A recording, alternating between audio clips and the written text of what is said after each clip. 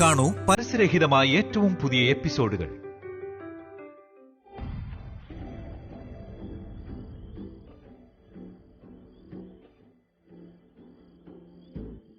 അണ്ണാ, എന്തെങ്കിലും കഴിക്കാൻ പോ. ഇവിടെ ഒന്നും വെച്ചിട്ടില്ല. ഇല്ല, നീ പോയി കഴിച്ചിട്ടോ. പിന്നെ അണ്ണ ഇങ്ങനെ സ്വപ്നം കണ്ടിട്ടിരിക്കാൻ പോണോ? ഈ സ്വപ്നം കാണുന്നതിൽ ഒരു സുഖമില്ലടാ. എന്തോന്ന് സുഖം? സ്വപ്ന സുന്ദരിയെ ഒരിക്കലെങ്കിലും പോയി കാണത്തില്ലല്ലോ. എങ്കിലും നടന്ന കാര്യങ്ങളൊക്കെ ഓർക്കാൻ ഒരു രസമാടാ. എന്നാ പിന്നെ ഫുഡ് ഞാൻ പുറത്തുനിന്ന് വാങ്ങിച്ചിട്ട് വരട്ടെ?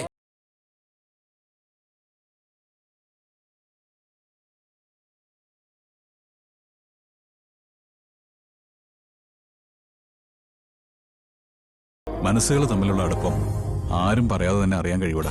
എന്ന് വെച്ചാ ഇഷ്ടപ്പെടുന്നവർ തമ്മില് ഒരു മാനസിക അടുപ്പം ഉണ്ടാവൂടാ. നമ്മുടെ നെഞ്ചിലെ എരിച്ചിലുണ്ടല്ലോ, അത് അവർക്ക് കിട്ടും. അവിടെ നിന്നുള്ളത് അണ്ണന് കിട്ടുന്നുണ്ടോ? അത് പിന്നെ പറയണോടാ. ഇതൊക്കെ ആ ടവിനുവിനറിയാം.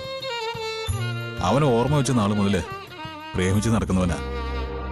നിനക്ക് പിന്നെ അങ്ങനെ ഒരു വികാരമൊന്നും ഇല്ലല്ലോ. വികാരമില്ലെന്ന് ആരാ പറഞ്ഞ? ഞാൻ സ്നേഹിച്ചവരെല്ലാം എന്നെ തേച്ചിട്ട് പോയി. അതുകൊണ്ടിപ്പോ ആ പടി ഞാൻ വേണ്ടാന്ന് വെച്ചിരിക്കുക. പിന്നെ ഞാൻ അണ്ണനെ പ്രോത്സാഹിപ്പിക്കുന്നത് വേറൊന്നും കൊണ്ടല്ല. ചേച്ചി അങ്ങനെ ഒരു തേപ്പുകാരിയായിട്ട് എനിക്ക് തോന്നിയിട്ടില്ല. വിശ്വസിക്കാൻ കൊള്ളാവുന്ന ഇനാ. അത് നീ പറയണ്ട. അപ്പൊ പിന്നെ അതാലോചിച്ച് തലമുണ്ടാക്ക്. ഞാൻ പോയി എന്തെങ്കിലും വാങ്ങിച്ചിട്ട് വരാം.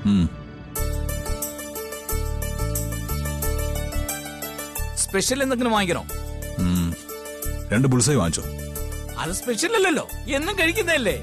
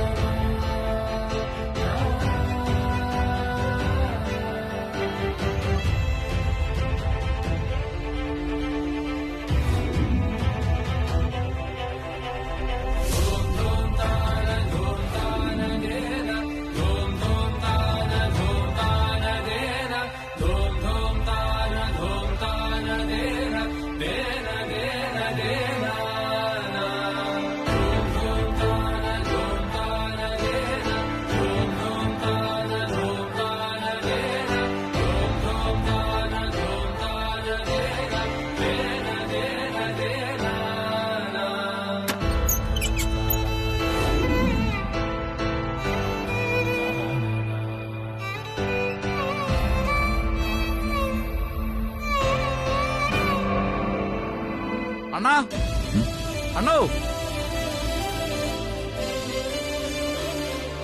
എന്റെ അണ്ണ, ഞാൻ ഇവിടെ നിന്ന് പോയിട്ട് 1.5 മണിക്കൂറായി. ഇതുവരെ ആലോചന തീർന്നില്ലേ? നമുക്ക് വേറെ പണിയൊന്നും ഇല്ലല്ലോടാ, പിന്നെ ആലോചിച്ചാലെന്താ? ഇനിയെങ്കിലും ഒന്ന് ആഹാരം കഴിക്കാൻ വരുമോ? അത് വരാം. എന്നാ പിന്നെ വരാൻ നോക്ക്. ഭക്ഷണത്തിന് ചൂടുണ്ടോടാ? ഭക്ഷണം തടുത്താ നമുക്കൊന്ന് ചൂടാക്കാവുന്നതേ ഉള്ളൂ. അണ്ണന്റെ മനസ്സാണ് ഇപ്പൊ ചൂട് പിടിച്ച് ചുട്ടുപൊള്ളിക്കേണ്ടിരിക്കുന്നത്. അതൊന്ന് നോക്കിക്കഴിഞ്ഞാ അതിന്റെ അകത്ത് ദിയ ദിയ എന്ന് മാത്രമേ കാണാൻ പറ്റൂ.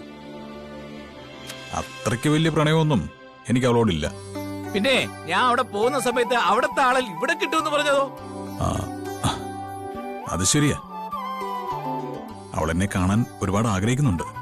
അവളുടെ മനസ്സിനകത്ത് ഞാനൊരു ഭാരമായിട്ട് കിടക്കുക. അത് കുഴപ്പോ കേട്ടോ. അങ്ങനെ ആരും ആർക്കും ഭാരമാവാൻ പാടില്ല. ഇപ്പൊ എത്ര വെയിറ്റ് കാണും?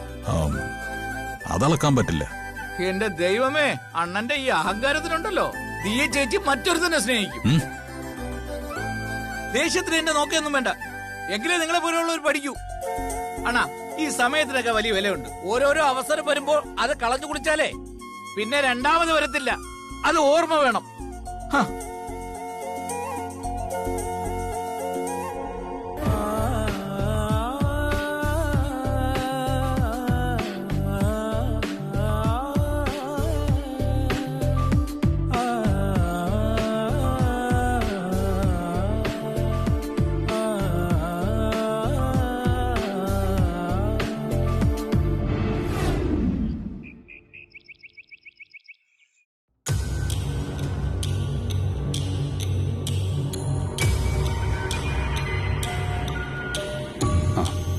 അച്ഛാ, ഞാൻ ഇറങ്ങുക.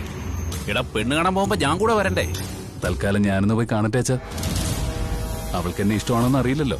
സംഗതി ഓക്കെ ആണെങ്കിൽ പിന്നെ അച്ഛനും അമ്മയായിട്ട് പോയി ആ ബന്ധം അങ്ങ് ഉറപ്പിക്കാം. നീ ജയിലിൽ കിടന്നാണെന്ന് അവർക്ക് അറിയാമോ? ആ, അതറിയാനുള്ള സാധ്യതയൊന്നുമില്ല. ആ, അത് അറിയുമ്പോഴാ കുഴപ്പം. എടാ, ജയിലിൽ കിടന്ന ഒരുത്തനെ കുടുംബത്തിൽ പറഞ്ഞ പെൺകുട്ടികളൊന്നും കല്യാണം കഴിക്കാൻ ഇഷ്ടപ്പെടത്തില്ലടാ. ഇവിടെ നിന്റെ അമ്മയുമായി തർക്കിക്കുമ്പോ നിനക്ക് ഭൂലോകരമ്പമാരെ കിട്ടുമെന്നൊക്കെ ഞാൻ പറയാറുണ്ട്. വലിയ വലിയ കുടുംബത്തിൽ നിന്ന് പുഷ്പം പോലെ കൂട്ടിക്കൊണ്ടുവരാന്നൊക്കെ വെച്ച് കാച്ചാറുണ്ട്. എന്നാലേ അതിത്തിരി പ്രയാസമുള്ള കാര്യ. എന്നിട്ട് എനിക്ക് വേണ്ടി ബ്രോക്കർമാർ ഇവിടെ കയറി ഇറങ്ങി നടക്കുന്നില്ലേ? അതെന്റെ കയ്യിൽ പൂത്ത കാശുണ്ടെന്ന് അറിഞ്ഞിട്ടാ. നല്ല സ്ത്രീധനം കിട്ടുവാണെങ്കിൽ അതിലൊരു പങ്ക് അവർക്കും കിട്ടുമല്ലോ. ഈ കല്യാണം നടക്കുമെന്ന് എന്റെ മനസ്സ് പറയുന്നത്. അല്ലെങ്കിൽ അവളൊരു നിമിത്തം പോലെ കണ്ടുമുട്ടില്ലായിരുന്നു. അല്ല, നീ അവളെ ഇതിനു മുമ്പ് എവിടെയോ വെച്ച് കണ്ടിട്ടുണ്ടെന്നല്ലേ പറഞ്ഞത്? അതെ, കണ്ടിട്ടുണ്ട്. പക്ഷെ എവിടെ വെച്ചാണെന്ന് കൃത്യമായിട്ട് ഓർക്കുന്നില്ല. അതൊക്കെ ഒന്ന് അറിഞ്ഞിട്ട് വേണം വരാൻ. അല്ല, നീ ഒറ്റയ്ക്കേ പോകുന്നുള്ളൂ? അതല്ലേ നല്ലത്. കൂടെ ഉള്ളമാരെ കൂട്ടിയാലേ ഈ ബന്ധം നടക്കില്ല. എല്ലാവർക്കും ഒരുമാതിരി ഗുണ്ട ലുക്ക. അപ്പൊ അവന്മാരൊന്നും ഗുണ്ടകളല്ലേ? അപ്പം അതുകൊണ്ടാ കൊണ്ടുപോയില്ല എന്ന് പറഞ്ഞത്. അതുകൂടെ എങ്ങനെയുണ്ട്? അല്ലെങ്കിൽ തന്നെ നീ കാഴ്ചക്ക് ചുള്ളനല്ലേടാ. ഈ വേഷം നിനക്ക് നന്നായിട്ടുണ്ട്. ഏതായാലും നിനക്ക് വയസ്സ് 10-30 കഴിഞ്ഞു. ഇനിയിപ്പോ കല്യാണം നടന്നില്ലെങ്കിൽ പിന്നെ പ്രായവും ഒരു പ്രശ്നമാവും. അതുപോലെ തന്നെ കല്യാണം കഴിഞ്ഞു കഴിഞ്ഞാൽ പിന്നെ ചുറ്റലൊന്ന് അവസാനിപ്പിക്കണം. പ്രത്യേകിച്ച് പെൺകുട്ടികളുടെ പിന്നാലെയുള്ള ഈ കറക്കം. ആ, അതൊക്കെ അവസാനിപ്പിക്കാൻ വേണ്ടി തന്നെയാ ഞാൻ ഒരുത്തി ഇങ്ങോട്ട് കൂട്ടിക്കൊണ്ടുവരാന്ന് തീരുമാനിച്ചത്. എന്നാ പിന്നെ മോൻ ഐശ്വര്യമായിട്ട് പോയിട്ട് വാ. ശരി.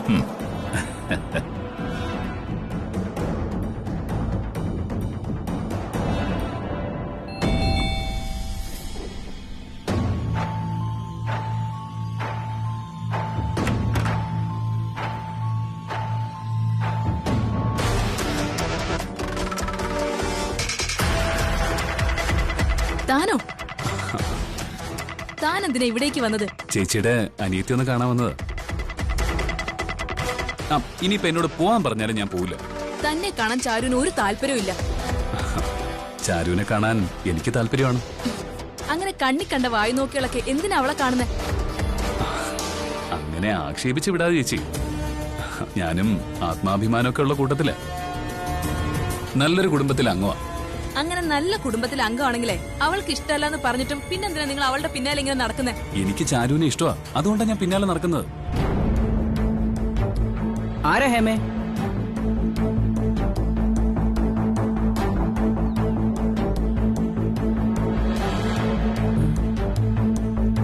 ഇയാളെ ഞാൻ എവിടെയോ കണ്ടിട്ടുണ്ടല്ലോ.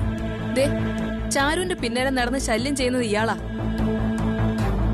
അവൾക്ക് ഇയാളെ കാണണ്ടാന്ന് പറഞ്ഞാലും ഇയാളെ നടത്ത അവസാനിപ്പിക്കുന്നില്ല. ആണുങ്ങളുടെ വില കളയരുത് സഹോദര. ചാരുവിടെ ഉണ്ടോ? ഉണ്ട്. അല്ല, ഇനിയിപ്പോ ഇല്ലാന്ന് പറയരുത്.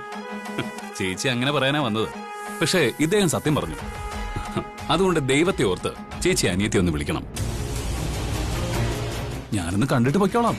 ഇതൊരു തരം രോഗമാ. ഇതിനുള്ള മരുന്ന് നല്ല നാടൻ തല്ല.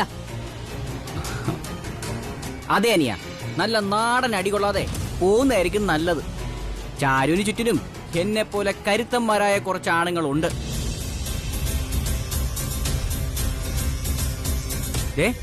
ഈ സൈസ് ഒന്നും നോക്കണ്ട. അടി തുടങ്ങിക്കഴിഞ്ഞാ പിന്നെ ചുരുട്ടി കെട്ടിയിട്ടേ അടങ്ങുള്ളൂ. അങ്ങനെ പെട്ടെന്ന് ചുരുട്ടിക്കെട്ടാൻ പറ്റുന്ന ആളല്ല ഞാൻ.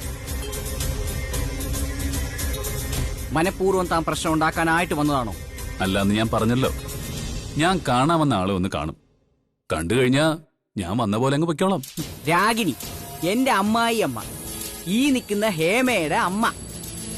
അമ്മായി ഇപ്പൊ എവിടെയാന്നറിയാവോ? അങ്ങ് ജയില്ല. ഈ പറഞ്ഞത് സത്യമാണോ? എന്റെ അമ്മ ഇവിടെ ഉണ്ടായിരുന്നെങ്കിലേ താൻ ഇങ്ങനെ തന്റെ ഇടത്തോടെ ഇവിടെ വരില്ലായിരുന്നു. അമ്മായിയുടെ പെൺമക്കളെ അനാവശ്യമായിട്ട് ആരെങ്കിലും കാണാൻ വന്ന അവരുടെ തലമണ്ട അടിച്ച് പൊട്ടിച്ചിട്ടേ അമ്മായി ഇവിടുന്ന് വിടാറുള്ളൂ. നിങ്ങൾ എന്തൊക്കെ പറഞ്ഞാലും ശരി, ഞാൻ ഇന്ന് ചാരുവിനെ കണ്ടിട്ടേ പോകത്തുള്ളൂ. ഹേമ ഒരു കാര്യം ചെയ്യും, മോളെ വിളിക്ക്.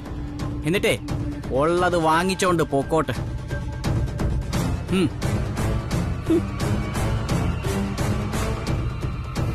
നമ്മൾ ഇതിനു മുമ്പ് എവിടെയോ കണ്ടിട്ടുണ്ടല്ലോ. അത് എനിക്കും തോന്നിയായിരുന്നു.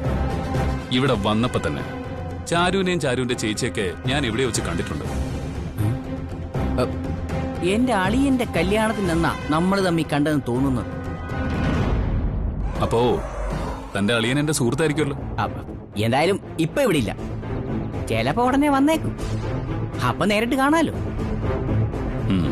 പിന്നെ കൂടുതലൊന്നും പറയാത്തതാ നല്ലത്.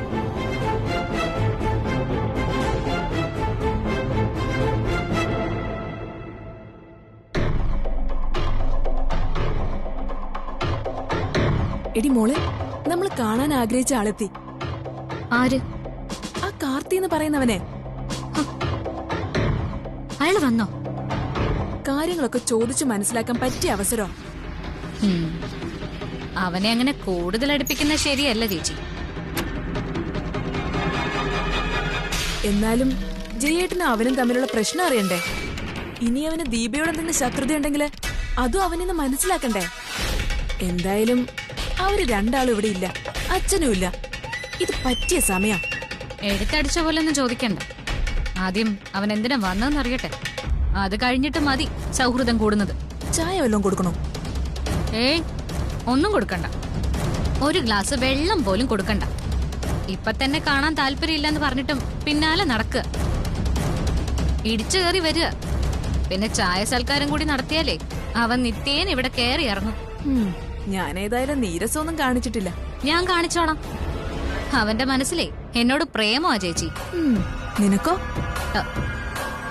എന്റെ മനസ്സിലേക്ക് അവൻ ഇടിച്ചു കയറണമെങ്കിൽ അവൻ ഒരുപാട് അടവുകൾ പയറ്റേണ്ടി വരും. നീ വാ. കള്ളനാണോന്ന് അറിയില്ല, എന്തെങ്കിലും അടിച്ചോണ്ട് പോയാലോ? ഏയ്, കള്ളനൊന്നുമല്ല. അവൻ കാശുകാരനൊക്കെ തന്നെയാ. വാ.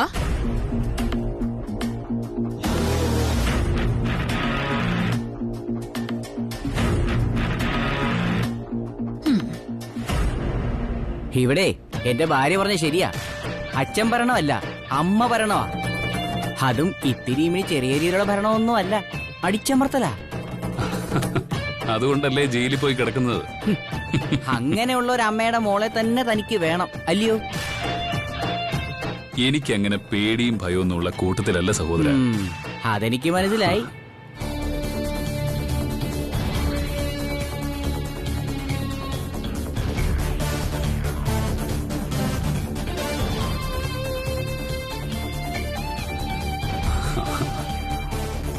തനിക്ക് എന്താടോ വേണ്ടത്?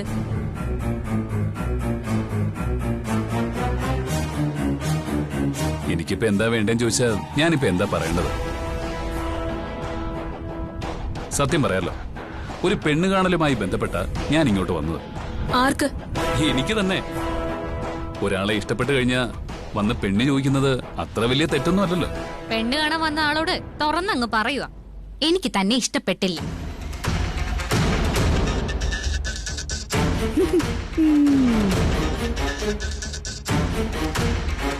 ഇപ്പൊ അറിയേണ്ടത് അറിഞ്ഞല്ലോ. ഇനി അത് അറിഞ്ഞിട്ടും താൻ ഇങ്ങോട്ട് വരുവാണെങ്കിലേ തന്റെ മുഖത്ത് ചൂടുവെള്ളം വീഴണ്ടേ? ഇഷ്ടപ്പെട്ടതൊക്കെ നേടിയ ചരിത്രം എനിക്കുള്ളത്. അതിവിടെ തിരുത്തപ്പെടും. ഇഷ്ടപ്പെടാത്തതിനെയൊക്കെ തള്ളിക്കളഞ്ഞ ചരിത്രമാ എനിക്കുള്ളത്. ഞാൻ പറഞ്ഞല്ലോ, ഞങ്ങളുടെ അമ്മ ഇവിടെ ഇല്ലാത്തത് തന്റെ ഭാഗ്യം.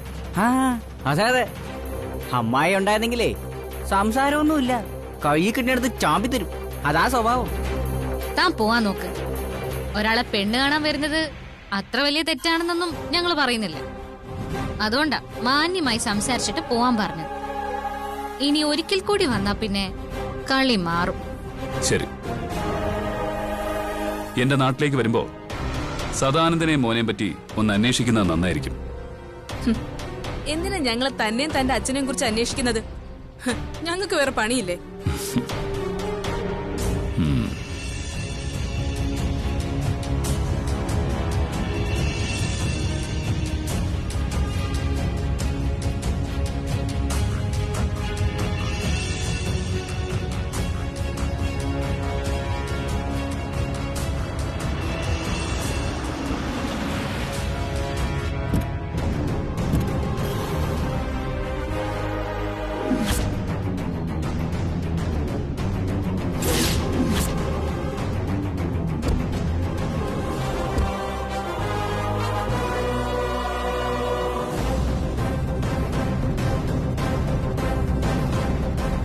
നീ എന്താ ഇവിടെ? നീയും ഇവളും എന്താ ഇവിടെ? ഇതെന്റെ വീടാ. ഇവരൊക്കെ പരിചയക്കാരാണ്. അപ്പൊ ഇത് നിന്റെ വീടായിരുന്നോ?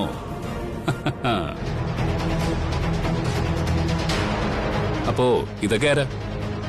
ഞങ്ങള് ജയേട്ടന്റെ പെങ്ങന്മാരാ. നിങ്ങൾ തമ്മിൽ നേരത്തെ പരിചയമുണ്ടോ ചേട്ടാ? നിങ്ങൾക്ക് എന്താ ഇവനെ പരിചയമില്ലേ? അന്ന് കല്യാണത്തിന് ഇവനല്ലേ സകല അലമ്പും കാണിച്ചത്. വീട്ടിൽ കയറ്റാൻ കൊള്ളാത്തവനാ. ഇവനാണ് ദീപയുടെ ജീവിതം തകർത്തു കളഞ്ഞത്. എന്തായാലും ഇവളെ കെട്ടിച്ചയച്ച വീട് കണ്ടുപിടിച്ചല്ലോ. അമ്മായി അമ്മയുടെ പ്രകടനത്തെ പറ്റിയും പറഞ്ഞു. ഇത് ഞാൻ നേരത്തെ അറിഞ്ഞതാ. എങ്കിലും ഇപ്പൊ കുറച്ചുകൂടി വിശദമായിട്ട് കാര്യങ്ങളൊക്കെ അറിയാൻ പറ്റും. എന്തായാലും പെണ്ണ് കാണാൻ വന്നതുകൊണ്ട് അങ്ങനെ ഒരു പ്രയോജനം ഉണ്ടായി.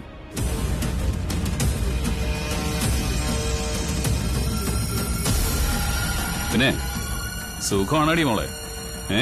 എനിക്ക് കുഴപ്പമൊന്നുമില്ല. അങ്ങനൊക്കെ തന്നെ അങ്ങ് പോട്ടെ.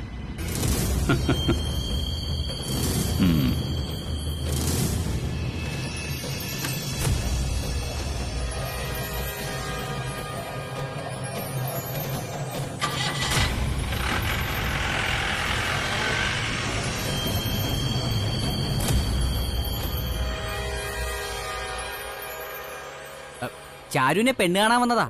അല്ല, അവൻ ആ പേരും പറഞ്ഞുകൊണ്ട് മറ്റെന്തോ മനസ്സിൽ കരുതിയാ വന്നത്. ഇത് ദീപയെ കെട്ടിച്ചുവിട്ട വീടാണെന്ന് അവൻ നേരത്തെ അറിഞ്ഞുകൊണ്ട് തന്നെയാ വന്നത്. അങ്ങനൊന്നും എനിക്ക് തോന്നിയില്ല. വഴിയിൽ വെച്ച് വളരെ യാദൃശ്ചികമായിട്ടാ ഞാനും അയാളും തമ്മിൽ പരിചയപ്പെട്ടത്. അത് പരിചയം എന്ന് പറയാൻ പറ്റില്ല, ഉടക്കിയെന്ന് വേണമെങ്കിൽ പറയാം. അന്ന് അയാളെ തല്ല ഞാൻ കൈപൊക്കിയതാ. പക്ഷെ അയാളത് തടഞ്ഞു കളഞ്ഞു. വേണ്ട, അവനുമായിട്ട് സൗഹൃദവും വേണ്ട, ഉടക്കും വേണ്ട. ക്രിമിനലാ, ജയിൽ പുള്ളിയാണവൻ. വീട്ടിൽ കയറ്റാൻ കൊള്ളാത്തവൻ. അവനെ മാത്രമല്ല, മറ്റു ചിലരെയും വീട്ടിൽ കയറ്റാൻ കൊള്ളത്തില്ല. വീട്ടിൽ കയറ്റാൻ യോഗ്യത ഉള്ളവരെ ഇല്ലാത്തവരെ എനിക്കറിയാം. അതേപറ്റി കൂടുതലൊന്നും പറയണ്ട. അവനെ എനിക്ക് നേരത്തെ മനസ്സിലായായിരുന്നു. ഞങ്ങൾക്കും ഏതാണ്ട് മനസ്സിലായി. എന്നാ ഇപ്പോഴാ അതിൽ കൂടുതൽ മനസ്സിലായത്. അവൻ ദീപയുടെ ശത്രുവാണെന്ന്. മോളെ, അവളുടെ ശത്രുക്കളെ നമ്മൾ പിണക്കുന്നത് ശരിയല്ല. അവൻ ക്രിമിനൽ ആയതുകൊണ്ട് അവനുമായിട്ട് കൂടുതൽ അടുപ്പവും വേണ്ട. അവനെ മോള് കെട്ടാനൊന്നും പോകുന്നില്ല. പക്ഷേ അവനുമായിട്ട് കൂട്ടുകൂടിയാ അവളെപ്പറ്റി ചില രഹസ്യങ്ങളൊക്കെ നമുക്ക് അറിയാൻ കഴിഞ്ഞേക്കും. ആ, രഹസ്യങ്ങളൊക്കെ അറിയാൻ ശ്രമിക്കുമ്പോ പിന്നാലെ ഒരു ബുള്ളറ്റ് പാഞ്ഞു വരുന്നുണ്ടോന്ന് ശ്രദ്ധിച്ചോണം. ബുള്ളറ്റോ? അതെ, ബുള്ളറ്റ് തനിയെ പാഞ്ഞു വരത്തില്ല. ബുള്ളറ്റിലിരിക്കാൻ യോഗ്യനായ ഒരുത്തൻ അതിൽ കണ്ടെന്നും വരാം. അങ്ങനെയുള്ളവരെ ഭയക്കണം. എനിക്കിപ്പോ ബുള്ളറ്റ് എന്ന് കേൾക്കുമ്പോഴേ പേടിയാ. എന്തൊക്കെയാ ഈ പ്രേമേട്ടൻ പറയുന്നത്? ഇയാൾക്ക് കുറച്ച് ദിവസമായിട്ട് വട്ടായിട്ടിരിക്കുവോ മോളെ? ആ വട്ട് നിങ്ങൾക്കും പകരാതിരിക്കാനാ ഞാൻ ഈ പറഞ്ഞത്. Bullet is injurious to health.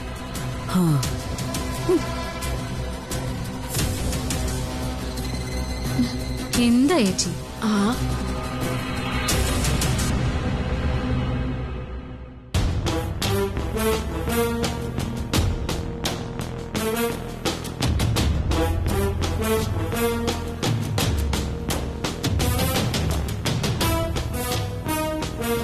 എന്തായി മോനെ പോയിട്ട്?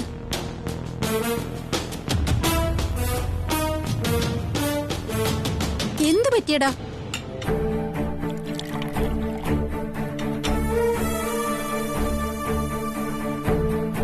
അവിടെയും പാരയായിട്ട് അവളുണ്ട്. ഭാഗ്യലക്ഷ്മിയുടെ മൂത്ത മോള്. ഭാഗ്യലക്ഷ്മിയുടെ മോളോ? അതെ, ജയലാലിന്റെ പെങ്ങള് ഈ പറയുന്ന ചാരുലത. ശേ, അവളെ തന്നെയാണെന്ന് നീ തേടി പിടിച്ചത്? നീ ചെല്ലുമ്പോ അവരവിടെ ഉണ്ടായിരുന്നു? ഞാൻ ചെല്ലുമ്പോ അവിടെ ഉണ്ടായിരുന്നില്ല. അതിനുശേഷം അവര് വന്നത്. അവള് ജയലാലിന്റെ പെങ്ങളാണെങ്കിൽ അവളുടെ അമ്മയൊരു ജയിൽ പുള്ളിയല്ലേ? അതിപ്പോ ഞാനൊരു ജയിൽ പുള്ളിയല്ലേ? അതുകൊണ്ട് എനിക്ക് പ്രശ്നമല്ലായിരുന്നു. പക്ഷേ ഇനി ഈ കല്യാണം നടക്കുമെന്ന് എനിക്ക് സംശയം. നിനക്ക് അവളെ അത്രയ്ക്ക് ഇഷ്ടമാണോ? ജീവിതത്തിൽ ആദ്യമായിട്ട് ഒരുത്തിയെ കല്യാണം കഴിക്കണമെന്ന് തോന്നിയത്. അങ്ങനെയാണെങ്കിൽ പിന്നെ ഈ ആലോചനയായിട്ട് മുന്നോട്ട് പോകുന്നതിൽ എന്താ കുഴപ്പം? അതിന് നടക്കു വച്ച ജയലാലിനെ തല്ലി ഹോസ്പിറ്റലാക്കിയത് ഞാനല്ലേ? അതുപോലെ തന്നെ ജയലാലിന്റെയും ഭാഗ്യത്തിന്റെ മോളുടെയും കല്യാണം മുടക്കാൻ വേണ്ടിയിട്ട് ഞാൻ ചെയ്യാവുന്ന തരികിട പണികളൊക്കെ ചെയ്തില്ലേ? അതൊന്നും നീ കണക്കാക്കണ്ട. നിനക്ക് അവളെ തന്നെ വേണമെന്ന് നിന്റെ മനസ്സ് പറയുന്നെങ്കിൽ പിന്നെ നമുക്കത് എങ്ങനെയെങ്കിലും നടത്താം മോനെ. എന്തായാലും ആ കൊച്ചിന്റെ ആങ്ങള ഇവനെ പോലെ ഒരുത്തനെ ആ വീടിന്റെ മരുമകനാക്കില്ല.